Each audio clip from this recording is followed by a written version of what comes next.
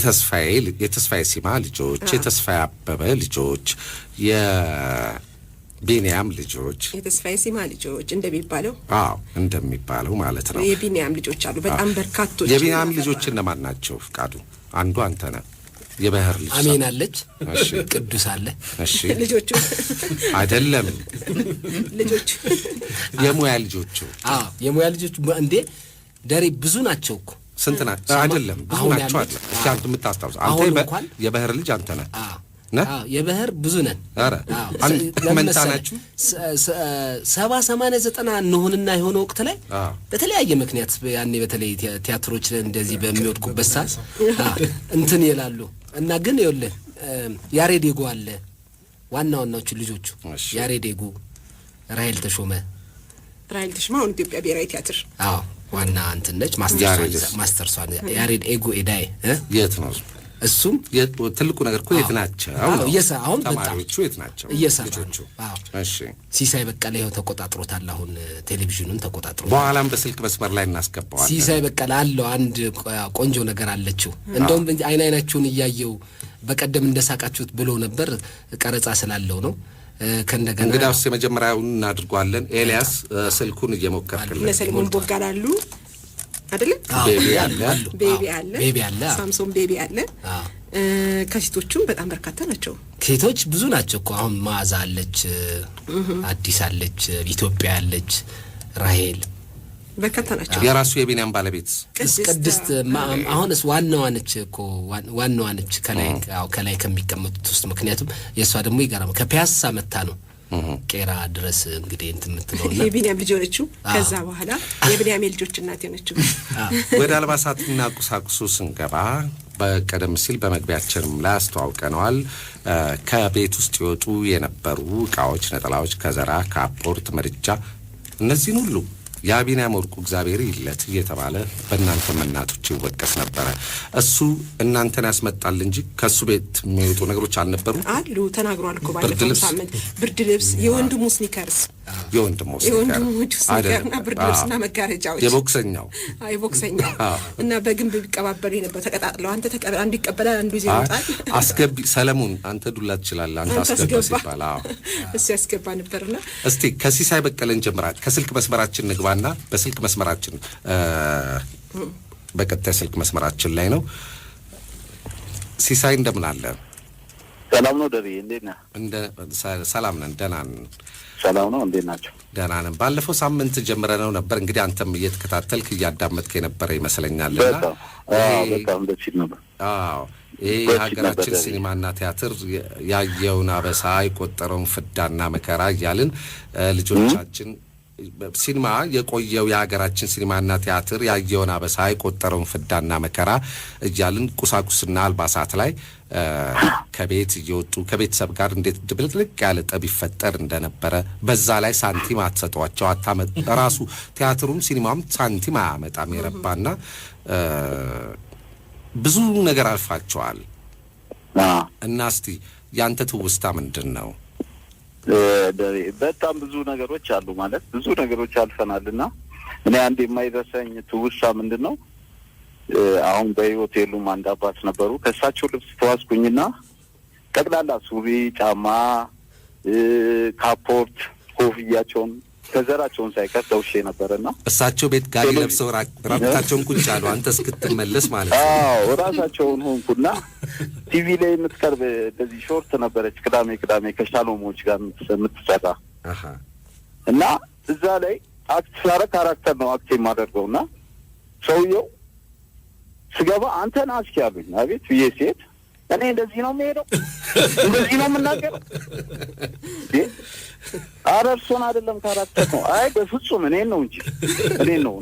እንዴት እንደዚህ ሄዳለሁ? እንዴት እንደዚህ እናገራለሁ? ተቀየሙኝ። 2 ወር ምናምን ገቡኝ። በቃ ብለምናቸው በፍጹም ሊያናግሩኝ አልቻሉም። እና እንደዚህ አይነት ነገሮች አሉ። ሌላስ ከአልባሳት ከመውሰድና በኋላ ለመመለስ ከመቸገር ጋራ ወይም አልባሳቱ ታይቶ ችግር የተፈጠረብህ ነገር ካለ ከውሰት ጋር ያው አንዳንዴ ፍቄ ባለፈው ሳምንት እንዳነሳችሁት ያው ደብቀን ነው የምንወስደው ከቤተሰብም ምንም እና እንደዚህ አይነት ችግሮች አሉ። ማለት የሚወዱት መጋረጃ ይኖራል። ያንን መጋረጃ ጊዜ ጠብቀሽ ምናምን እነሱ ወጡ ብለሽ አውርደሽ ትወስጃለሽ። ከዛ በኋላ ለመመለስ ደግሞ መከራ ነው። አንቺ እንዳነሳሽው ነው ማዚ ባለፈው ጊዜ ያነሳሽው አለ አይደል? የጫማው አይነት ነገር ነው። በጣም መከራ ነበር። ሲሳይ በቀለን እጅግ አድርገን እናመሰግናለን። እግዚአብሔር ያክብርልን። እንግዲህ ቀሪው ደግሞ ጓደኞች ሙያ ባልደረቦች የሚያወሩትን እንድታዳምጥ እንጋብዛለን። እሺ ነጌታ እሺ ስላስገባችሁኝ ደስ እሺ እንደገና ድጋሚ ላስተዋውቀው አወቀ ጣሰው ባለፈው አርብ አብረውን ከነበሩት ከያንያን ፍቃዱ ከበደና ቢኒያም ወርቁ በተጨማሪ ዛሬ ሌላ አንድ እንግዳ አክለናል ብለን ነበረ። ለ4 ዓመታት በዘለቀው ሰው ለሰው በተሰኘው ተከታታይ ቴሌቪዥን ድራማ ላይ ፕሮዲውሰርና ፕሮዳክሽን ማኔጀር ሆኖ ሰርቷል። አሁንም ዘመን በተሰኘው ተከታታይ የቲቪ ድራማ የራሱን አስተዋጽኦ እያበረከተ ነው። አወቀ ብዙ ነገሮችን አይተናል። ሌላው ይቅርና ሰው ለሰው በተሰኘው ድራማ ላይ ትልልቅ ቤቶችን፣ ቪላዎችን፣ ህንጻዎችን፣ ያማሩ መኪኖችን እንዲህ አይነት ቤት አዲስ አበባ ውስጥ አለ እኛ ሀገር ነው እስክንል ድረስ እነዛን ሁሉ የምታቀናቸው አንተ ነበር ካሉ በኪራይ ነው፣ በውሰት ነው። ወዳጆች በደግነታቸው ለኪነ ጥበብ ባላቸው ፍቅር ያው ስሩበት እስኪ ያልቅ ድረስ 4 ዓመት ለቀን ወጥተናል ነው። እንዴት ነው እንዲህ አይነት ነገሮችን የምታመቻቹት የነበረው? አሁን እዚህ ስገባ ራሱ ቅድም አየሁትና ለቀረጻ በጣም ይመቻል እና ተፈቅዶልን አላችሁ እንደዚህ ያልከ እንደዚህ ነው። በቃ በየገባበት ሰውም እኮ ታሙ ልጠይቅ ስትሄድ የሰው መታመም ድረሰውና ይሄ ቤት እኮ ለእንትና ካራክተር በደንብ ነው የሚሆነው እሱን እስከዚህ እንደዚህ ነው እዛ ድረስ በቃ ትገባለህ። አዎ በቃ ምንም ተኝተህም የሆነ በህልምም ቤት ካየሱንም ለማስፈቀድ መጨረሽበት እንትሎች አሉ። ምን ይገጥማችኋል? እስቲ ይሄን ቤት እንዲህ ልንሰራበት ነው ብላችሁ ስትሉ በመጀመሪያ ሰዎቹ ገጽታቸው ላይ ምንድነው የሚነበበው? አዎ በጣም በቃ ዘመናዊ ልመና የተማርኩት በሱ ነው። ዘመናዊ ልመና በቃ በእግዚአብሔር አትልም እንጂ በቃ ይሁንትን ላይ ተቀርባ ቤታችሁ እንደዚህ ይታያል፣ እንደዚህ ይሆናል፣ አሁን እንደዚህ መጨረሻ ላይ ስማችሁ ይወጣል እንደዚህ ምናምን ኦኬ አዎ ጥሩ ነው ግን አይሆንም። ይሄን ሁሉ ለፍተህ ለምን አስረድተህ ረጅም ሰዓት በጣም ለምን ግን አንዳንድ ሰዎች አሉ አሁን ጥሩ አሁን የዘመን ላይ ስንሰራ እኛም በፊት የሳትናቸው ነገሮች ነበሩ እንደ ግዴታ የምናይበት ነገር ነበረ ሰዎች ላይ። አሁን አንድ ቤት ሄደን እንቀርጻለን ከዛ ወይ ተማሪዎች ይኖራሉ ወይ ሲንጫጩ ምናምን እየተቀረጸ ድምጽ እንዳይገባ ዝም በለው ምናምን እንደዚህ ይባላል። ያኔ የሰዎቹን መብት ነው ምን ጋፋውና እነሱም ሳያስቡት እንትን ይሆናሉ እዛው እንትን ውስጥ ይገባሉ ምናምን። አሁን ግን ያ ነገር እንትን ብሏል ማለት በቤታቸው በገዛ ቤታቸው ላይ ድራማ እየሰራችሁ ባካችሁ አትንጫጩብን ትላላችሁ። ግዴታ ነው ያ ቤት የለወጡ ካራክተሮች አሁን አንድ ጊዜ በችግር ምክንያት በጣም የሚያስቀኝ ነገሮች አሉ የሚፈጠሩ። ካራክተሮቹ ሳይፈልጉ መኖሪያቸውን ይለውጣሉ እና ማለት ይኖሩበትና ሰዎቹ ድንገት ከነገ ጀምሮ እዚህ አትፈልጉ ሲባል ካራክተሮች ይለውጣሉና እርግጠኛ ሚስጥሩን ባላውቅም ግን ሰው ለሰው ላይ አንድ የሆኑ ቤተሰቦች ብዙ ቤት ሲለውጡ አይቻልም። በቃ ወደ 4 ነው 5 ቤት ሲለውጡ ማለት ለምሳሌ የትኞቹ ናቸው? አውራው እሱ ነገር እንደው ያው ችግሩን እንትኑን ስለምናውቀው ግን በዚህ የሆነ ክፍል ላይ ተቀፈረሱበት የሚቀጥለው ቤት ለውጥ ነው። ደግሞ መለወጣቸውን ደግሞ አይናገሩም። ሰዎቹ ደግሞ ሚሊዮነሮች ናቸው። እንዴት ነው ቤት የሚለውጡበት ምክንያት አይገባም። ግን እስቲ ይሄን ነገር ሚሊዮነሮች ናቸው ካልክ እኮ የፈለጉትን ማለት ይችላል። ግን መኖሪያ ቤት እንኳን አልነበራቸውም ሲሳደዱ እናያለንና አይ ቲንክ ዋው እንትን ነው እሱ ካራክተር ያው በመሃል አለመግባባት መጣ እንጂ ከመሃል ከምንሰራው ፕሮዲዩሰሮች ውስጥ አንዷ የነበረች እዛ ቤት ውስጥ ነበር የምንቀርጸው። አለመግባባት ሲመጣ ቤቱን እንድንለቅ ተገደደ።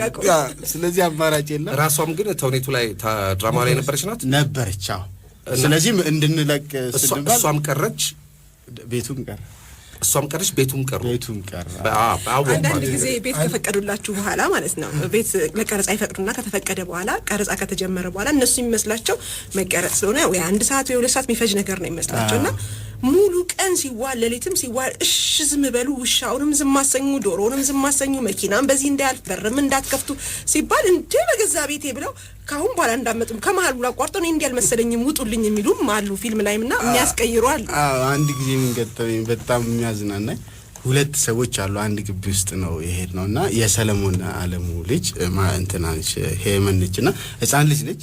አስቸጋሪ ነው አሁን የህፃን ልጅ ሲን መቅረጽ እሷ ዲያሎግ ጋቲዝ ቤታትል እንትናትል። ስለዚህ ሰዎቹን አስፈቀድኩኝ። የመብራት ትከፍላለሁ አልኳቸው። እሺ ችግር የለውም ስራ አሉኝ። እዛ አንድ ሴትዮ አጠገባቸው ደግሞ ያሉ አሉ። ከዛ እሳቸውን ስጠይቃቸው መጀመሪያ ስንት ከፍላለን ያሉ፣ አይ እንደ እኔ እንኳን በክፍያ ሳይሆን ትብብር ነው ስላቸው፣ አይ ይቅርብኝ ብሎ አንደኛው ሴትዮ መልካም ሰው ናቸው ፈቀዱልኝ። እዛ ተጀመረ። ሳዩት እንደዛ ቀላል ነው የመሰላቸውና መብራቱ በርቶ ምናምን ሲያ እኛኛው ሴትዮ ቁጭ ብለው ደጅ ቁጭ ያለው ነው ቀረጻው እየተትን ያለ ውጭ ነበር። አይ ፓውዛው ይኸው መብራቱ እልም አረጋው አለቀለሽ አንድ ሺህም አይበቃሽም። ሴትዮዋ በሉ እየተቀረጠ ማልገብቶ በሉ ውጡ አይደለም ይሄ እኮ እንደዚህ በዋት በምናምን እንዴት ላስረዳቸው እንደዚህ ነው ምናምን። አይ ልክ ውስጥ ገብተው አረጋግተናቸው ሲወጡ ይኸው እንደዚህ ያደረጉ እንትን አሉብን። በመጨረሻ በጣም ለምነን ብለን እኔ መብራቱን የመጣውን እኔ እከፍላለሁ አልኳቸው። እዛ ተሰልቤ ምን ተብዬ ጨርሰን ወጣ። ከዛ ድጋሚ ምንም ማድረግ ስላልቻለን እቺ ልጅ ካፌ ቀረጽናል።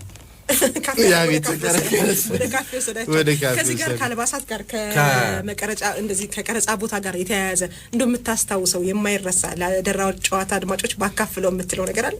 እስቲ እስከዛ ድረስ አስብበትና በመሐከል አንድ ጣልቃ ልግባ ፈቃዱ ጋር ያ ሙደው በሬ አሁን ለምሳሌ ያ በሬ ረጅም ሰዓት ከእናንተ ጋር ነበረ።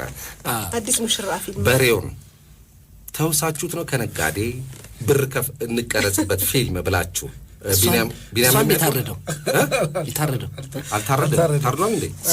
አጋጣሚውን ስጋውን ለብቻው የተገዛው አጋጣሚውን ጠየቅን። እዛ አካባቢ በሬ የሚያድርበት ቤት አለ። እዛ ቄራ አይደለ የቀረጽነው ቄራ ነው፣ እዛው ሰፈራችን ነውና በሬዎች የሚያድሩበት አሉ። አሁን ለበሬው አልተከፈለውም እርግጥ እዛ ላይ ለበሬው ባለቤት አልተከፈለም እርግጥ፣ ግን በቃ እንስራ አለን ፈቀዱልን። አንድ ሁለት ጊዜ ነው የተመላለሰው። ለነገሩ ብዙም አልለፋ እንደሌላው እንትን።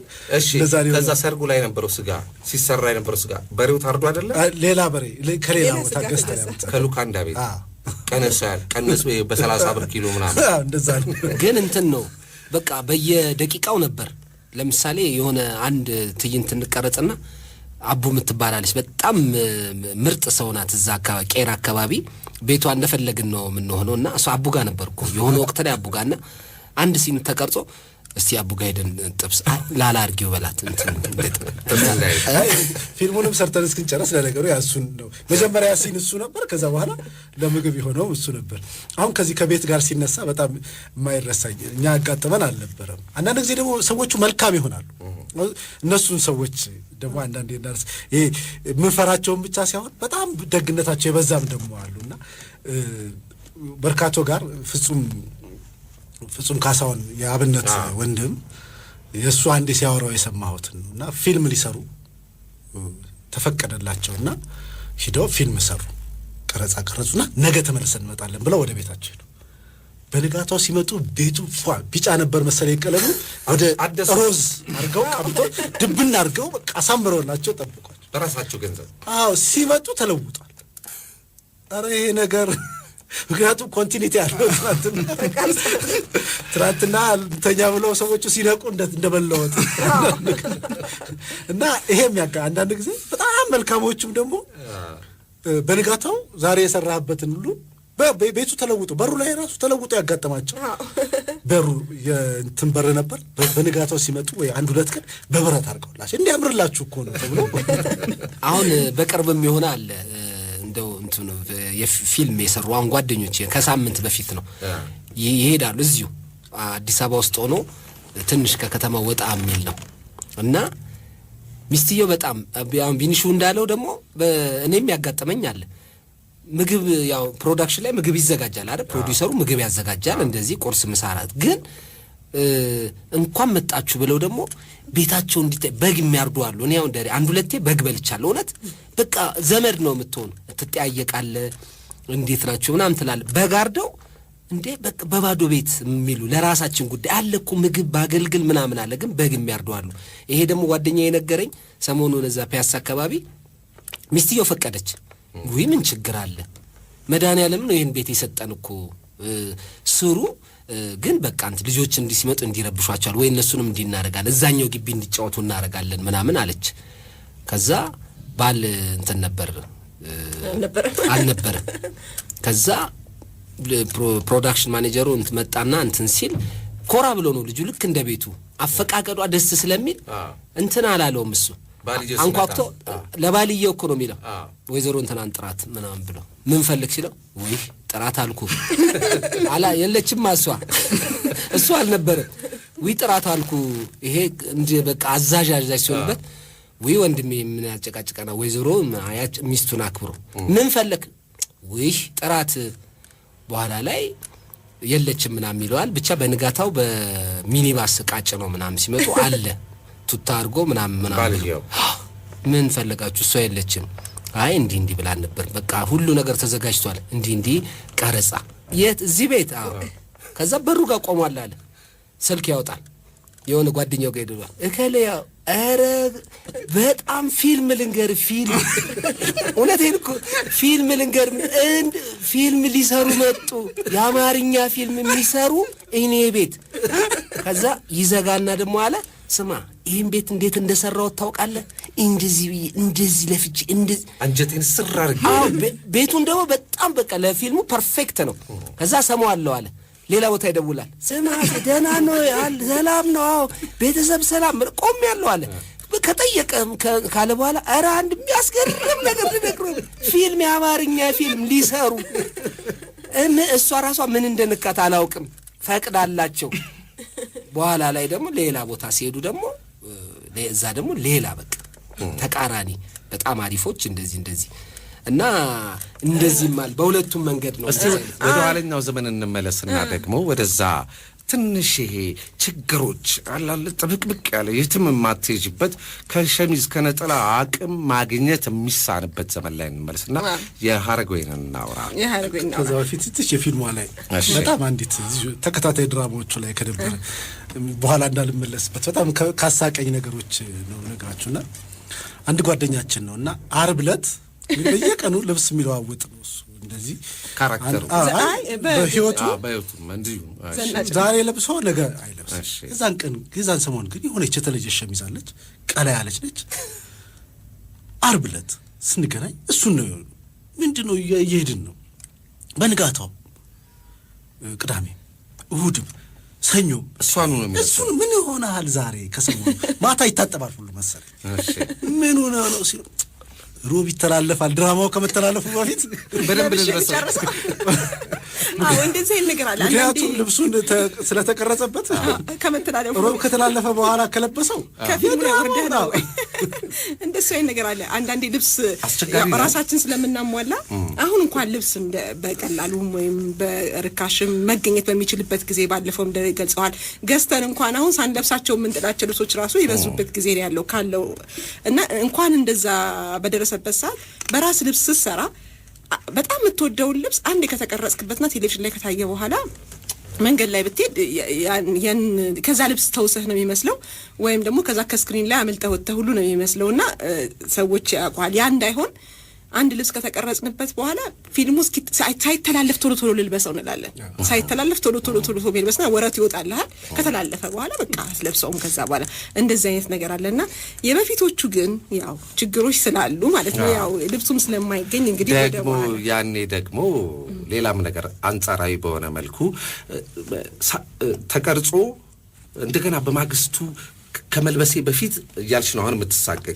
ያኔ ደግሞ አንጻራዊ በሆነ መልኩ በማግስቱ ያንኑ ልብስ ለብሶ የመውጣት አደባባይ ዞር እኮ ነው ለመባል ልብስ አይቶ ሰው ዞር ብሎ እንደዚህ አይነት ነገር ነበረ። ፍቃዱ በጣም ነው ያሳቀኝ። እንደዛ አድርጋል እንዴ? አይ አይደለም። ሜዳሊያ በጣም ብርቃችን ነበር። የቢኒሹ ዱር ያደረ ፍቅርና ሜዳሊያ አንድ ሰሞን ወጡ እና የተለያየ እዚህ ጋር ሽፍታ ካራክተር ነው፣ እዚህ ጋር ሯጭ ካራክተር ነው እና አላወቅኩትም። አሁን እሱን ያሳቀኝ በትልቁ ነው የኔ እንትን ያለው የሯጭ እንትን አድርጌ ከዛ ፖስተሩ በትልቁ ሳላስበው በማዘጋጃ ጋር በጣም በትልቁ እንትን ብሏል። ገና 95 ነው ሜዳሊያ የወጣው። ከዛ ምን እንደነካኝ አላውቅም። ጥቆም አየዋለሁ እንደዚህ ሜዳሊያን እያየሁ ከዛ ሰዎች ይዘ ይሄ ያንን ላይ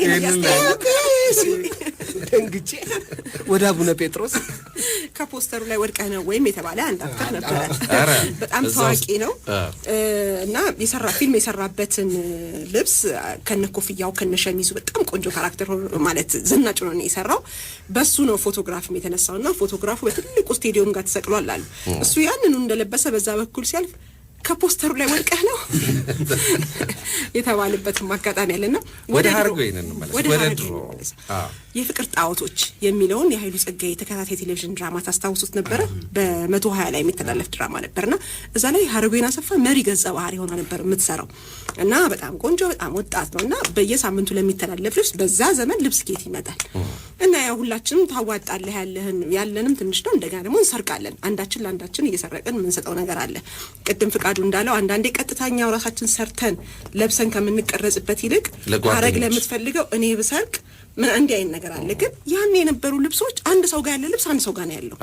ይታወቃል። ይታወቃል። የእንትና ቀሚስ የእንትና ሸሚዝ ነው የሚባለው እና ሀረግን ያጋጠማትና እኔን ያጋጠመኝ ሀረጎይን አሰፋ ሆት ፓንት የሚባል ፋሽን የመጣ ጊዜ ታላቅ እህቷ ሄለን ነበረ። ያ ሆት ፓንት ከውጭ መጣላት መሰለኝ እንደ ወርቅ እንደ እንቁ ነው የምታየው እንግዲህ ያንን ሆት ፓንትና የመድረክ ቲያትር ነበርና ለመድረክ ቲያትር አንዲት ጓደኛዋ አሁንም ታዋቂ ተዋናይ ናት ትፈልግና ልብስ በጣም ዘናጭ ሆና ነው መስራት ያለባትና ያንን ሆት ፓንት ሀረግ እንግዲህ ሳታስፈቅድ ሰረቀች ለማለት እንግዲህ ተወስድና ለሷ ተሰጣታለች። በቦርሳ ደብቀህ ነው የምታወጣው። ደብቃ ወጣች። ያቺኛዋ መድረክ ላይ ስትሰራበት ሌላ በአሁኑም ሰዓት በጣም ታዋቂ ሆነች ተዋናይ ያለች ታየውና ወይኔ ይሄንን ሆት ፓንት በጣም ለቀረጻ ፈልገው ነበረ እስኪ ሀረግ ነች ያመጣችልኝ በቃ እንዴ ልቀረጽበት ትላታለች። እሺ ትልና ለዛች ነው ተሳኻለች። በመሃል ይሄ ሆት ፓንት ይፈልጋል ተውሳ የተዋሰችው እንደገና ሌላ ሴት ለቀረጻ ምን ይደረግ በጣም ነው የሚቸገር። አንዳንዴ በቃ ያንን ነገር ለመርዳት ነው የምታስበው። መመለሱ እኮ ነው ትልቁ ችግሩ። ስትወስድማ እዛ እስክትደርስ ነው የምትቸኩለው።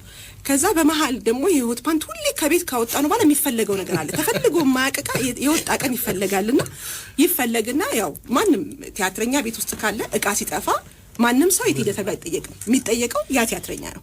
ከዛ አሁን ሴትም ሆነ አሁን ቅድም አይጠየቅ ብላል። ከዘራ መነጽር ኮፍያ ቢጠፋኛ ቤት እኔ ነኝ የምጠየቀው። ቦርጩማ ቢጠፋ እኔ ነኝ የምጠየቀው። የታረግሹ ነው የሚባለው እና ሀረግ ትጠየቃለች። ሀረግ አላየውም ትላለች። ሀረግ እንደለመደችው ማለት ነው ነበር እዚህ ጋር ትላለች። ብቻ በዘዴ ተቀረጸ። ከሆት ፓንቱ ተይዞ ተመለሰና ተደብቆ ተመለሰ። ሀረግ ይሄ ነገር ግን አሁን ወጥቶ ነበር እያለች አላየውም ባለችበት ያው 120 ላይ ሲታይ ድራማው ያቺ ታዋቂ ተዋናት ያንን ሆት ፓንት አድርጋው ዋለች። ሀረግ ታላቅት ይሄ ሆት ፓንት የራሴ ነው ሀረግ ካላንቺ የለም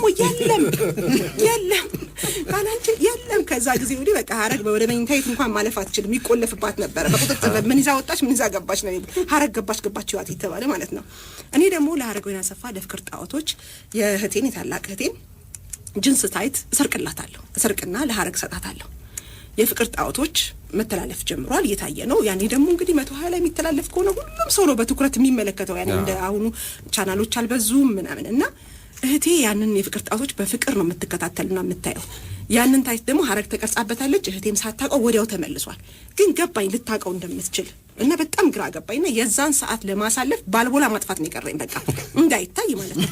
እሷ ደግሞ በጣም ትኩረት አደረገች የፍቅር ጣዖቶችን ለማየት ማለት ብል ብሰራ አንዴ ወክናርግ ብላት ሮጣት ትመቻለች። ውጭ አንዴ እንጫወት ብላት በወሬ ምንም በቃ ሰዓቷን ነው 10 የምታየው። እሺ ጨርሽ እያለች ትመቻለች። መሻሌ በጣም ልክ ሰዓቱ ሲደርስና ሊታይ ሲል ገባኝ በቃ የሚፈጠረው ነገር ከዚህ በፊትም ከጫማ ጋር የተያያዘ ውርደት ስለገጠመኝ ወደ ባንዴ ተነፈስኩት። ይቅርታ አድርግልኝ በእናትሽ ሀረግ ያንቺን ጅንስ ታይት አድርጋ የፍቅር ጣቶችን ሰርታለች። በቃ ፊልሙ ጀመረ ይዋልኳት ልትናገረኝ ፈለገች። ፊልሙም እሽሽ ባለ አንዴ ድራማውን አንዴ እኔንም ተጀምሯል ድራማው። ስለዚህ በቃ ይላታለሁ ወደ ኔስታይ በቃ ይላታለሁና እንደሱ ብዬ ተገላገልኩኝና ከልብስ ካልባሳት ጋር የተያያዘ ይሄን ነው የማስታውሰው። ሌላ ከእቃዎች ጋር እነድርብ በጣም ቤተሰቦቿ በጣም ደጎች ናቸውና እንደኛ አንቺ ሌባ ምናምን አለ የሚባል በጣም ያከብሯታል እሷንም እና እቃ ሲጠፋ የአባትየው ከዘራ ይጥፋ፣ የእናትየው ልብስ ይጥፋ፣ ጋቢ ይጥፋ፣ ምን ይበል ድርብ እንደው ያንን እቃ ወደ ቲያትር ወስደሽ ይሆን ይላል። አላየውም ካለች ወደኛ ነው የሚደወለው። ወይም እስቲ እነሱ አይተው እንደው ድርብ እንዲህ አይነት እቃ አምታ ነበረ እስቲ ፈልጉልኝ እዛ ይባላልና አፍለኛ ቲያትር ክበብ ካሳንቺስ የሆነ ክበብ ነበረውና ቢሮ ነበረውና እዛ የምናስቀምጣቸው አልባሳቶች ነበሩ። የድርብ እናት ቀሚሶች፣ ከዘራዎች፣ የፍርዬ አያት ካፖርቶች ምናምን የኛም እንደዚህ ነበሩና የቤተሰብ መምሪያ ነበር ክበብ ውስጥ ነበርና ቤተሰብ መምሪያ ከነበረው በባለቤትነት ጥያቄ ከቀበሌው ጋር ታሸገ። እስካሁን ታሽጓል። እስካሁን አልተለቀቀልን። እስካሁን በጣም አብዛኞቻችን ከቤት ልንባረር ነበረ። ከዘራውን አምጡ፣ ኮፍያውን አምጡ፣ መነጽሩን አምጡ፣ ጭልፋውን አምጡ፣ ትሪውን አምጡ እየተባለ እስካሁንም አልተለቀቀም። ታሸገበት እቃችን እና ይሄን ነው የማስታውሰው። የድሮ ነገር እንደው በጣም ክብራትና ክብራን አድማጮቻችን እነዚህ ልጆች የከፈሉት ዛሬ ወደ ባለፈውም ሳምንት ብለነዋል ከወጣትነቱ ወደ አንጋፋነቱ ደፍ እየተሻገሩ ያሉ የሀገራችን ከያንያን በተለይም ደግሞ በቲያትሩና ሲኒማው ዓለም ያሉ እንደ በኋላ ላይ ማስንሰማ ለካስ የበፊቶቹም ጭምር አንስተነዋል። ባለፈውም የመድረክ በተለይ በድምፃውያን ላይ የነበረ ችግር አይታችሁ እንደሆነ ማንኛውም የድሮ ክሊፖች ካያችሁ ወይ ወፍራም ቼን አለ ወይም ሰዓት አለ። የወርቅ ቼን ማንም ዘመናዊ የምትለው አራዳ የምትለው የገባው የምትለው ሁሉም የፈለጋችሁትን የድሮ ክሊፕ ተመልከቱ፣ ሰዓት አላቸው። ሰዓቱ ደግሞ እንዲታይ ኮትም ከሆነ ትንሽ ሰብሰብ ይላል። ይሄን ክብራትና ክብራን አድማጮቻችን ቆየት ያሉ የሀገራችንን የዘፈን ክሊፖች ተመልከቷቸው። እወራረዳለሁ፣ ሰዓት የሌለው ዘፋኝ የለም። አንዳንዱ እንዲያውም በጣም ሰዓቱ እንዲታይለት ግራ እጅ አነሳሳቸውን ሁሉ ተመልከች። ቼን የተለመደ ነው። ይሄ የሚለው እነ ሻምበል እነ የለስ ማናቸውም እነ ፀሐይ ሁሉም አድርገውታል። ይሄን ሁሉ አድርገውታል። እንዳውም በዘፈኖቻቸው ማሉ እንደዚህ ኃይልም ይሄ የድሮ ክሊፖቻችን ላይ በትክክል መዘነጫም ብቻም ሳይሆን ደግሞ ካሴቱ ተሽጧል። ባለፈው እንደዛ ብያለሁ። ወፍራም ቼን ካደረገው ተሽጧል ካሴቱ ነው የሚባለው። ምክንያቱም የዛን ሰዓት እኛ እናቅም እንግዲህ ክፍያ ታውቂያለሽ 1500 3000 ብር ለአንድ ሙሉ ካሴት ለድምፃዊ የሚሰጠው። እሱም የመጀመሪያ ክሮች እንዲህ ናቸው በአብዛኛው። በኋላ ሁለተኛ ክሮች ላይ ነው በጣም ትሽጡ ከሆነ 10,000 በታች ሞቼ ይገኛል ማለት ነው። ጀመሪው ለሁለት አልበም ነው እንጂ የመጀመሪያ በነጻም ብትሰሪ ደስ የሚልሽ ነገር ነው። በቲያትር ቤት መድረኮችም ላይ ወጥተው ትመለከቻለች። ክራባቶች፣ ኮቶች እንዲህ አይነት ነገር መዋዋት አንጋፋዎቹ ሊያጫውቱንና ሊነግሩን ይችላሉ። እነሱም እንዲሁ በዚሁ መልኩ ነው የመጡት። የእናንተ ላይ ደግሞ ይብሳል። እንደገና ደግሞ በቲያትር ቤት ደረጃ ባለፈው አንስተነው ብዙ ሰዎችን ነው ያወያየው። ለሴቶች ጸጉር መሰሪያ የሚሰጠው 5 ብር እጅግ በጣም በጣም የሚገርም ነው። ፍቃዱ ጠይቀነው አሁንም እንደዛው ነው ስለ አሁን ተሻሽሏል አለን። ከዛ 6 ገፋን ያለና ቢኒዬ ቲያትር ቤቱን ካነሳ ወደ ልብሱ ጋር ከመመለሴ በፊት እንደዛም ሆኖ እኮ ደግሞ አለመታገዝ ደግሞ አለ። ከዛ በኋላ ደግሞ እንደዛ ለፍተህ ምን ብለህ ወስደህ በጣም ያስቀኝ ነገር አሁን ድረስ የድሮ ልብሶች ናቸው ያሉት ቲያትር ቤት። አሁንም በልብስ እንትን ውስጥ ግምጃ ቤት ውስጥ ያሉት እንደ ኤግዚቢሽን መታየት ነው እንጂ ያለባቸው የሚለበሱ አይደሉም። አሁን እኛ መጀመሪያ አካባቢ የሄድን ጊዜ የነበሩት ልብሶች በፍጹም ለእኛ የሚሆኑ አልነበሩም እንደ ዘመኑ እና አንዱ የሚያስቀኝ ነበር ያ ነው። ግን እንደዛም ሆኖ አሁን የኢትዮጵያ ቲያትር ትልቅ ሁሉ ይሆን ነበር። እንደዚህ አይነት ፍቅር የነበረው ነው። አሁንም ፍቅር አለ። ግን ለምንድን ነው አላደጉም ሁሉ የሚባለው? ይሄው ራሱ የሚጠየቀው። ዘውዱ አበጋዝ ልክ ከዚህ ፕሮግራም በኋላ እንደወጣው ደወለልኝ። መጀመሪያ ስልክ የማያነሱ ሰዎች እኮ ዋናዎቹ ደረጀና አዜብ ናቸው አለ ዘውዱ። ይሄንን አድርስልኝ ዘውዱ አበጋዝ ብለዋል። ኧረ ዘውዱ ደውሎ አቅምሽ መጀመሪያ በለና ከዛ ግን እንዳያድግም ይሄ መታገዝም እንደነበረበት ብዙ ሊወያይ እንዲገባና አሁንም መነሳሳት እንደሚያስፈልገው ብዙ ነገሮችን ምክንያቱ ከዚህ ለምን ከጀርባው ምንድን ነው የሚል ጥያቄዎች መነሳት እንዳለባቸው ነው ሲያወራልኝ የነበረው። ከዚህ በተረፈ ግን አሁን ስለ አልባሳት አንድ ነገር ልንገራችሁና ያኔ እንግዲህ ከውጭ የሚመጡ ልብሶች ደግሞ ምናልባት አንዲት ብቻ ነች የምትሆን እና እነሱማ እንዴት እንደሚታዩ ታየኝ። አንድ ፊልም እየሰራን የመጀመሪያ ፊልማችንን ስንሰራ እንግዲህ እንዳልኳቸው አንድ ነች የምትኖረው። ያቺ ልብስ ትመጣለች፣ እናመጣለን። ያቺ ልብስ በቃ እኔ እንግዲህ እንዳልኳችሁ እኔ ከወንድሞቼ ነው የማመጣው፣ የራሴንም ምናምን ነው። ጠፋ ይባላል ብዙ ስለነበር እኛ ቤት ውስጥ ወይ ተሰጥቶ የሆነ ቦታ መስሏቸውም ሊረሱት ይችላሉ። ብቻ ከአንድ ወንድሜ ወስጄ ነው ይዤ ሄድኩት እና የሚጫወተው ገጸ ባህሪ ደግሞ ይሰራና ማታ ላይ ይበርደዋል። ቤቢ ነበር የሚጫወተው። ማታ ሲመሽ ብርድ ነገር ነው። በቃ ለብሼው ልሂድና ካራክተር ልብስ ይለበሳል እንዴ ምናምን ተከራከረን። ለብሼው ልሂድና ጧት ይዤው እመጣለሁ ይላል። ቪትልስ ነው ለብሶ ሄደ። አሁን ለብሶ ሄደው ማታ ላይ ሲዝናኑ ከጓደኞቹ ጋር ምናምን ሲቆዩና እንደው ትንሽ እየተዝናኑም ነበር። ብቻ ረብሻ ይፈጠርና ከመንገድ ላይ ፖሊሶች ጋር ነው ጠብ የሚፈጠር። እንግዲህ ከፖሊስ ጋር የሚፈጠረውን ነገር አስቡ። በነጋታው የቪትልሱ አንድ ቁራጭ አልተገኘም። ቤቢ ተጎዳ፣ ፊቱ እንደዚህ ያለ ተጣመመ ምናምን። አንድ ሳምንት ጠበቅ ነው ቤቢ። ልብሱን ኬት እናምጣ? ኮንቲኒቲ ያለው በጣም ደግሞ ወሳኝ ነው። ከዛ በኋላ እጅ እያስገባል ቤቢ ፊት ሌላ ሰው እናደርግና ፊቱን ብቻ እንደዚህ አድርገን ጨረስ። የቤቢ መጎዳት ማንም ልብ ያለውም የጎዳውም የለም። አይ ሁሉም ሰው ከኔ በስተቀር አሁን ጉዳዩ እኔ ላይ የተበሳጨው ነገር እንዴት እንዳገኘው ታውቃለህ? ሁለተኛ ነገር የሚያስከትልበት አውቃለሁ። ከዛ ልክ ቤቢ ተጎድቷል ነው ሄድን ሲጮህ ያኔ በመርፌ ሲወጉ ሲል ሄድን ሁላችንም ቀረጻ አቋርጠን ሄድን። ቤቢ ምን ነው ስንለው ፊቱን ደግሞ እየጮኸ ፊቱን ሸፍኗል። ቀረጻ ስላለው ፊቱን እንዳይመጣ ሰውነቱን ሁሉ ደብድበው ተባብጧል። እዛ መርፌ እየተወሰደና እኔ ያሳስበኝ አሁን ልብሱስ የምን ልብስ እዛው አይደል ደረስ በቃ እዛ ውስጥ ጠባ አያስፈልግም መቼም። ብቻ በዚህ ተደርጎ እና ቅድም እንዳልኩት ብዙ አይነት እንትኖች ይፈጠራሉ። ክብራትና ክብራን አድማጮቻችን ደስ የሚል ጨዋታ ነው። ስፖንሰሮቻችንን ይሄን መሰለ ጨዋታ የደራው ጨዋታ እንዳውም የሰማነው ሌሎቹ የቡድኑ አባላት አብረዋችሁ ይሰሩ የነበረው አንተስ ከሌሊቱ 6 እና 7 ሰዓትን በምትደክሙበት ሰዓት በምትደሰቱበት ሰዓት ይሄ ነገር ከመጣ በኋላ እነ ፍቃዱ ሌሎቹ እነ ሰለሞን እየሄዱ ቤቢ አይዞ ቤቢ ብራስ ሲሉ አንተ እንደው ሌላ ምርር ብለህ ነበር። ቢትልሱስ እሱ የራሱ ጉዳይ ቢትልሱ ቤቢ እኮ ተጎዳ። ቢትልሱስ ይረብሽ ነበር እኮ ሰዓቱ ላይ። አሁን የሚገኝ አሁን አንድ ልብስ ሌላ እንደዚህ አንድ 7ኛው ሰው የሚል ፊልም ስንሰራ ልብሱ ጠፋ። ልክ እንደዚሁ ግን ተጀምሮበት ካኪ ነገር ስለነበረ አስመስለ ምናምን ተሰፋ።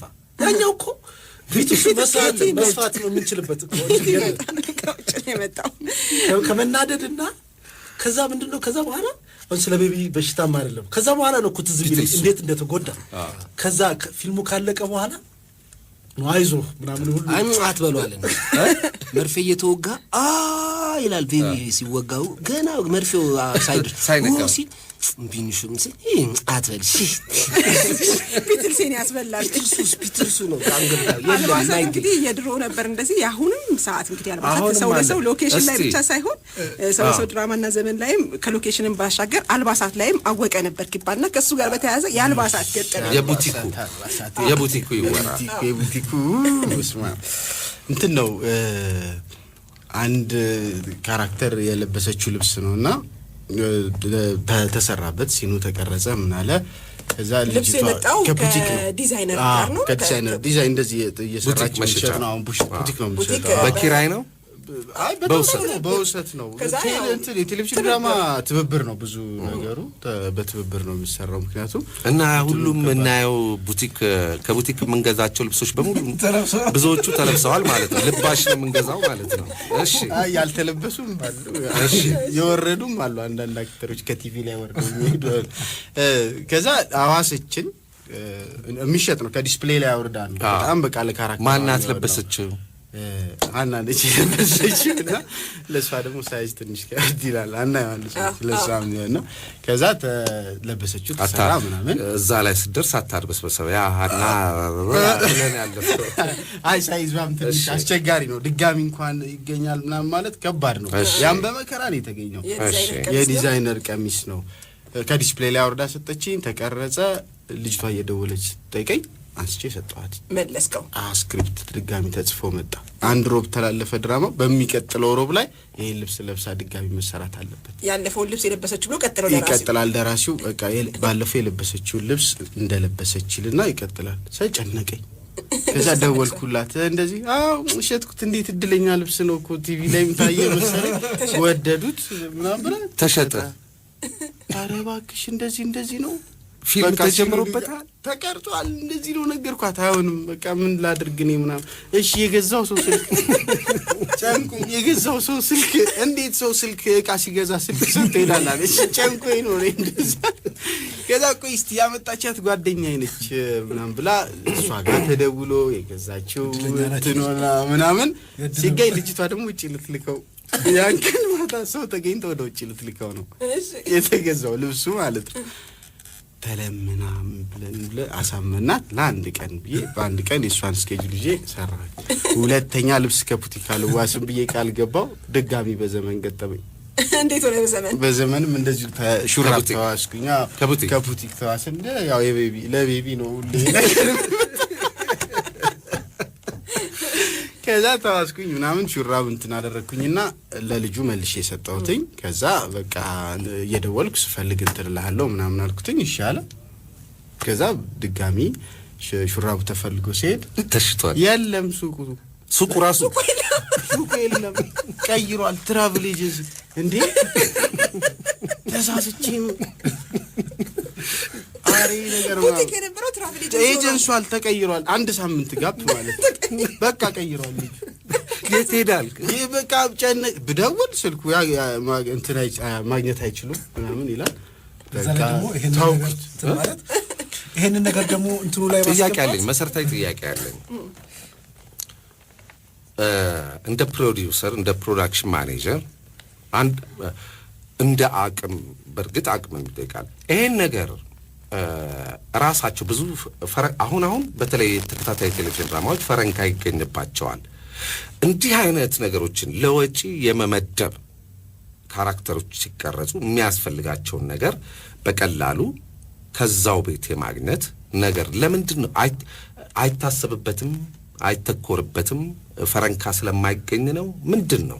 አሁን የድሮ በዛ መንገድ ተመጥቷል። ከብር ነበር ክፍያው። አሁን ላይ ስፖንሰሮች አሉ፣ ብዙ ድርጅቶች ስፖንሰሮች አሉ። ለምንድን ነው በጀት የማይበጀተው በእንዲህ አይነት ጉዳይ ላይ? እንዲህ እስከዛሬ እንደው አንድም የቲያትር ወይም ፊልም ሳይሰራ ቀርቷል ልንል አንችልም። የሰሩ በዚህ አጋጣሚ አልባሳትን ጭምር በማዘጋጀት ሊመሰገኑ ስማቸውስ ሊነሳ የሚገባ ሰዎች የሉም ወይ? ይሄንን ብናወራበትና ሰዓታችንም እየተቃረ እስከ መቼ ነው ቡቲክ እየተካሄደ አሁንም በዘመነበት ገንዘብ በሚገኝበት ሲኒማ ተከታታይ የቴሌቪዥን ድራማዎች በስፖንሰሮች በብዙ 100,000 ብሮች በሚደገፉበት ጊዜ ዘመን ለምንድን ነው አሁንም እንዲህ አይነት ልመናና ጉስቁልና ውስጥ የሚገባው? አወቀት ነው ፊኒሹ እዚህ እንትኑ በጣም አሁን የሚያሳስበው ነገር እውነቱን ለመናገር በጣም የሚያሳስበው ነገር እንደዛ ሆኖ አሁን ባለፈው ከዘውዱ አበጋዝ ጋር ስናወራ ነበር ያልኳችሁ። እንደዛ ሆኖ አሁን ቴሌቪዥን ጣቢያ በዚህ መንገድ ነው ድራማዎቹ ሲሰሩ ዛሬ ድራማ ያለው እንደዚህም ሆኖ ዛሬም እንኳን ለማስታወቂያ እንኳን የሚያስከፍለን ነገር እኮ ኢቭን ነው ለነዚህ ማገዝ ይገባል።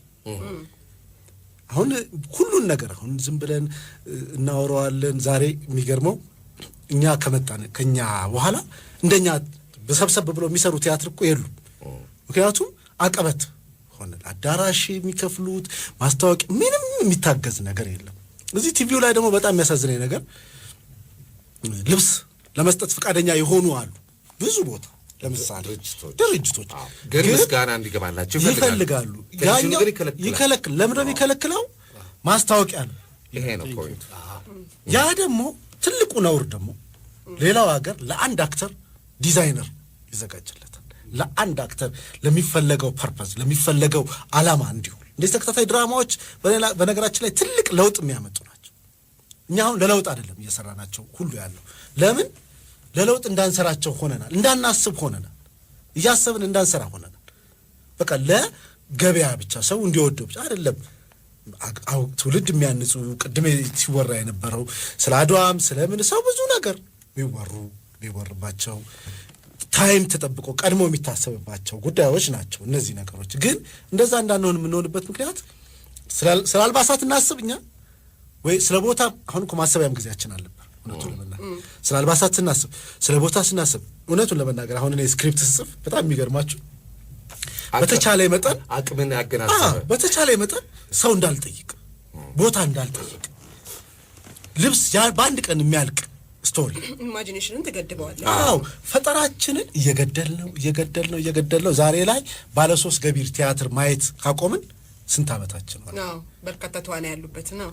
ይሄ ወደ 15 20 ምናምን ቲያትር ያለበት ቲያትር ቤቶች እንኳን እያስቸገራቸው ስክሪፕት ሁሉ የሚጠይቁት ይመስል 1 3 4 ሰው የሚጫወተው ባለ 1 ገቢር ይባላል። አንድ ሳሎኖች ከሳሎን ከግቢና ከሳሎን እንዳንወጣ ቲያትር የምናስበው ነገር ሌላ ጉዳይ ላይ ሆኑ እና የግድ አሁን እንደ ቲቪ ጣቢያዎች ያለ ድራማዎች ያለ ምኖች ዋጋ የላቸው።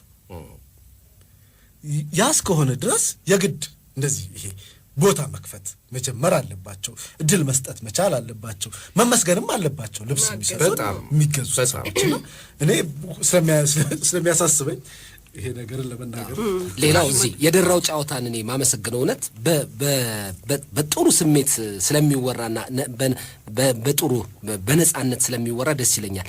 ሌላው እንትን ቲያትርን ስናስገመግም ይሄን ቲያትር እዛ ላይ ይሄንን ልብስ እዛ ላይ ተጠቅመሃል ይልሃል እንጂ አንድ ኃላፊ ምን እናድርገው አይልም። ግን ይቻላል ደግሞ ይችላሉ። ስለዚህ እቺን ነገር ተጠጋግቶ የማውራቱ ነገር ከዛ ይሄን ነገር እኮ ብታረጉ ስትለው ኃላፊውን ሌላ ኃላፊ ነው የሚለው ያኛው ኃላፊ ያኛውን። ስለዚህ ደፈር ብሎ እንዲህ ነው የሚል ሰው ተነጋግሮ የሚያረግ ሰው ያስፈልጋል። ያኔ በእርግጠኝነት አሪፍ ይሆናል። አውያውና ደርዬ እንትን ያልከው ነገር ይመለሳል። እኔም እዚህ ላይ ከደራው ጨዋታም ከአዘጋጅነትም እንደ ወጣ ብዬ እንደ ባለሙያነትም አንድ አስተያየት የምሰጠው ነገር አለኝ። እሱ ምንድነው ይሄ ኪነ ጥበብ ሙያ ሀብታም መሆን ሲችል ድሃ እንዲሆን የተደረገ ነገር ነው። ምክንያቱም አሁን ለምሳሌ አንድ ቲቪ ተከታታይ ድራማ ጽፌ አዘጋጅቼ ላቅርብ ብለህ ትላለህ። ወደ ጣቢያዎች ትሄዳለህ። አብዛኞቹ እንግዲህ አሁን እስካሁን ድረስ ያለው ልምድ እንግዲህ የነበሩት የበፊቶቹ ልምዶች ስናገር ይዘህ ሄዳለህ። እዛ ቦታ ላይ ድራማዎችን ይዘህና ትባላለህ። ከዛ በስፖንሰር ክፍያ በፐርሰንት 40 60 50 50 እንደዚህ የተባልክ ነው የምትሰራውና መጀመሪያ ግን ያንተ ያንን ነገር ለመስራት ቢያንስ 4 ክፍል ድራማ ተከታታይ ድራማዎችን እንኳን ለመቅረጽ ለእያንዳንዱ ፕሮዳክሽን ለእያንዳንዱ ሳምንት በጣም ብዙ ወጪ ነው የሚያስወጣ። ያንን ነገር ከራስህ ነው የምታመጣው። ያን ነገር የሚሰጥ የለም። ከራስህ ታመጣለህ። መሰረታዊ ለሆኑ ነገሮች ለመዋል ትገደዳለህ። እና አልባሳትን በልመና የሚገኙትን ወይ በትብብር የሚገኙትን ነገሮች በዛ በመሸፈን መሰረታዊ እንደ ካሜራ እንደ ሎኬሽን ምግብ አለ ትራንስፖርት እነዚህ አይነት ነገሮችን ደግሞ በተቻለ መጠን ያንን ለመሸፈን ገንዘቡን ታውላለህ። ምክንያቱም ስፖንሰሮችን ቢሆኑ ወይም እንደዚህ ማህበራዊ ግዴታዎቻችንን እንወጣለን የሚሉ ድርጅቶችን ቢሆኑ ብዙ ጊዜ አየር ላይ ከታየ ዝናን ካተረፈ በኋላ ነው መምጣት የሚፈልጉት እንጂ ሀሳብ አለኝ ይሄንን ሀሳብ እዚህ ቴሌቪዥን ድራማ ላይ ላወጣው ነው ግን ያንን ነገር ማምረቻ ገንዘብ የለኝም ብለስ እስቲ እና ይሄን መጠንሰሻው የለኝም ብለስ ስትል ያንን ነገር የሚሰጥ የቴሌቪዥን ካምፓኒም ሆነ ወይም ደግሞ ትልልቅ እንዲህ ባለ ሀብቶችም ስፖንሰር አድራጊዎችም ወይም ማህበራዊ ግዴታ እንወጣለን የሚሉ ባለ ሀብቶችም ቢሆን እኔ በበኩሌ አልገጠመኝም። ስለዚህ ያ ነገር ከዛም በኋላ ደግሞ በቴሌቪዥኖች ላይ ስታቀርበውም ደግሞ ስፖንሰሮች ከመጡ በኋላ አንተ ያን ሁሉ ነገር ለፍተ ለአክተር ምን ብለህ ስንት ነገር ጊዜዎችን አጥፍተህ ለአክተሮች ከፍለ ብዙ ነገር አድርገህ ትመጣለህ። ጣቢያዎች ያንን ነገር የአየር ሰዓት ሰጥተው ያስተላልፉታል። ካንተ ጋር እኩል ይከፋፈላሉ እንጂ ያንተን ድካምህን የወረድከውን ገንዘብህን እስቲ ይቺን ነገር ብሸፍንልህ የተሻለ ደረጃ ላይ ይደርሳል የሚሉም የሉም። ሌላም ደግሞ ተመልካች ያይና የኛ ሀገር ድራማዎች የደከሙ ናቸው ምናም ብሎ ወይም አንዳንድ አስተያየት ይሰጣል እንጂ በፍላሽ የሚቀባበሉትስ ኮፒራይት የማያከብሩትስ 25 ብር ከፍለው አንድ ሲዲን ከመግዛት ይልቅ ከጓደኞቻቸው ላይ ሀብቱ እያላቸው ማለት ከጓደኞቻቸው ላይ 5-6 ፊልምን በአንድ ፍላሽ የመቀበልም ነገርም አለ። ያንን አቅም ሳይሰጡህ አንተ የሰራኸውን ያመረትከውን ላብህን ጠፍ ያረክበትን ካክስትህ ነጠላ የሰረክበትን ካጎትህ ካፖርትና የሰርቀ ያሳየህበት እንደዛ ተጨናንቀህ ተጣበህ ገንዘብ ይፈልጋል፣ አቅም ይፈልጋል። ያንን አቅም አንተ የሰራህበትን ነገር ዝም ብሎ በአደባባይ የሚዘረፍ ሰው ቢኖር ኢትዮጵያ ውስጥ የሰራውን ያመረተውን ነገር በነፃ የሚወሰድበትና ሲወሰድበትም አፍ የሌለው የማይናገር ቢኖር የኢትዮጵያ ኪነ ጥበብ ነው ማለት ይችላል። ያንን ነገር እንደዛ አድርገው ያሳዩትን እንደዛ አድርገው ይወስዱትና የተሻለ ነገር ደግሞ እንድታመርት ይጠብቃሉ። ያልሰጡህም ማለት ነውና ተመልካችም ጋር መንግስትም ጋር ባለሀብቶችም ጋር ጣቢያዎቻችን ሁሉም ይሄን ነገር ተረባርበው አንድ ትልቅ ደረጃ ላይ ሊያግዙን ይቻላል። አሁን ግን ያለው በፕሮዲሰሩ በደራሲዎች ባዘጋጅ በባለሙያው ትከሻ ላይ ብቻ ነው ያለው። እንዲህ የሳቅን ያለፈውን አስታወስ ነው በምን ያህል ነገር ውስጥ እንዴት አድርገን ይህንን ጥበብ ተሸክመን እንዴት እንዳመጣ ነው አነሳ ነው። ግን አሁን እየተነሱ እኔ እውነት ነው አንዳንድ ኪነ ጥበቦች ላይ ዝም ብሎ አርቲስቶች ሲባሉ የኛ ሀገር ፊልም ሲባል በጣም ያመኛል። መተቸትም ካለበት ይሄ ፊልም ላይ ይሄ ድራማ ላይ እቺ የምትባለው ተዋናይ ወይም ይሄ ድርሰቱ ላይ ተብሎ የሚተች ሰው ነው እንጂ በአጠቃላይ እንዲህ አምርቶ ሰርቶ ለፍቶ ደክሞ ሰጥቶ በነፃ የተዘረፈበት በነፃ በፍላሽ ቁጭ ብያ አይቼ የምተችበት እኔ ኢትዮጵያን ሲኔማና ኢትዮጵያን ቲያትር ነው የማየው። እና በጣም ነው የሚገርመኝ። ቲያትር ቤቶችም የመለማመጃ ቦታ ቲያትር ቤት ስንሄድ የመለማመጃ አዳራሽ አከራዩናል። የመለማመጃ አዳራሽ ተከራይተን ነው የምንለማመደው። በቀን ይሄን ያህል ልክ እንደ ሰርግ ነው የሚቆጥሩን። ወይ ለዛ የተቋቋመ ድርጅት እኮ ነው እንደ ሰርግ ወይ እንደ ልደት አንድ አዳራሽ እንደሚከራይ እንደሱ ነው የሚቆጥሩን። እንደሱ ቆጥረውን እንደዛ ሆነን ነው። ከዛ የአዳራሽ ክፍያ የቲያትር መግቢያ ዋጋ ስንጠይቅ 30 ብር ነው። ከዛ 30 ብር በመከራ ነው ያደረስነው። ከ15 በላይ ማኪያቶ 20 ብር 25 ብር የፈለገ ሰው ሲሸጥ ቡና ሲሸጥ ምንም የማይባልበት በነፃ ገበያ። ቲያትር ግን ከዚህ በላይ እንዳታሳዩ ይላል ቲያትር ቤት። ያንን እንዴት ነው 30 ብር ከፍሎ ገብቶ አንተ ያን ሁሉ ለልምምድ አዳራሽ ከፍለ የንግድ ፍቃድ ከፍለ ታክስ ከፍለ ስንት ተዋናዮቹን ከፍለ የአልባሳት ከፍለ መድረክ ገጽ ከፍለ ማስታወቂያ ከፍለ ይሄ ሁሉ አድርገህ እንዴት ነው ትልቅ ነገር እንድታመጣ ደግሞ ተመልካቹ የሚጠብቅብህ? ስለዚህ ተመልካቹ መስጠት አለበት። ሁሉም መተባበር አለባቸው። ከባለሙያው ትከሻ ላይ መነሳትና ባለሙያውን ለፈጠራ ብንተወው የት ይደረስ ነበር ብዬ ነው የምለው። በጣም ትክክል ስለሆነ ስሜትሽ ነው። ሌላው ዓላማ ነበራቸው ሲጀመሩ። በነገራችን ላይ የኢትዮጵያ ቲያትር አጀማመሩ ራሱ ለዓላማ ነበር። አሁን ግን ከተወሰነ ጊዜ በኋላ ዓላማውን እየሳተ ዛሬ ምንም ዓላማ የሌለው አርት ሆኗል። ሰዓቱ እያለቀ ነው መሰለኝ። እሺ ነው ልቀጥል። አጠቃለሁ እና ዓላማው አሁን ወደ ዓላማው መመለስ አለበት፣ ወደ መነሻው መመለስ አለበት። እኔ በጣም ያስቀኛል አንዳንድ ጊዜ በ15 ደቂቃ በ30 ሰከንድ ስፖት ዓላማቸውን ለማስተላለፍ የሚሞክሩ በጣም በርካታ የመንግስት ተቋማቶች ሁሉ አሉ። አሁን ዘመኑ ተለውጦ ዓለም በተከታታይ ድራማዎች ውስጥ ነው ራሱን ህብረተሰቡን የሚለውጠው። የትኛውም ዓለም ላይ ያለው በተከታታይ እንቅስቃሴዎች ውስጥ ነው ያለው። እኛ ጋር ግን አሁንም በጣም ኋላ ቀር የሆነ አስተሳሰብ ነው ያለው። አስተሳሰቡ መለወጥ አለበት አጠቃላይ ብዬ ነው የማምነው። አጠቃላይ መንግስትም አሁን ለምሳሌ የጸረ ሙስናን ስታዩት በ30 ሰከንድ ነገር ነው ለመለወጥ የሚታሰበው በ30 ሰከንድ ውስጥ። ሌላው ግን እየመጣ ያለው ጎርፍ ግን ተከታታይ 30 እና 200 300 ክፍል ይዞብን የሚመጣውን ነገር በ30 ሰከንድ ማስታወቂያ ምናምን ልትመግተው አትችልም። ከነዚህ ጋር ተቀናጅቶ መሰራት አለ፣ መተጋገዝ አለብን። ሰዓታችን አጠረ። ብዙ እናወራ ነበረ፣ ብዙ እንናገር ነበር፣ ብዙ እንወያይ ነበረ። ሰዓቱ ገድቦናል። ነገ የደራው ጨዋታ ከቀኑ 7 ተኩል እስከ 10 ሰዓት ድረስ የደራው ጨዋታ ፕሮግራም ይጠብቃቸዋል። እዚህ ስቱዲዮ ባለፈው ሳምንት የነበሩት ፍቃዱ ከበደ፣ ቢኒያም ወርቁ እና ዛሬ ደግሞ የተገኘው አወቀ የሰው ለሰውና አወቀ ጣሰው የሰው ለሰውና የዘመን ድራማ በጣም በተለያዩ ፊልሞች ላይም በፕሮዳክሽን ማናጀርነት በጣም ብዙ ይሰራ ያገለገለ ነው። በጣም እናመሰግናለን ስቱዲያችን ስለተገኛችሁ። ነገ ከቀኑ 7 ሰዓት ተኩል እንገናኝ። የደራው ጨዋታ ፕሮግራም ነው።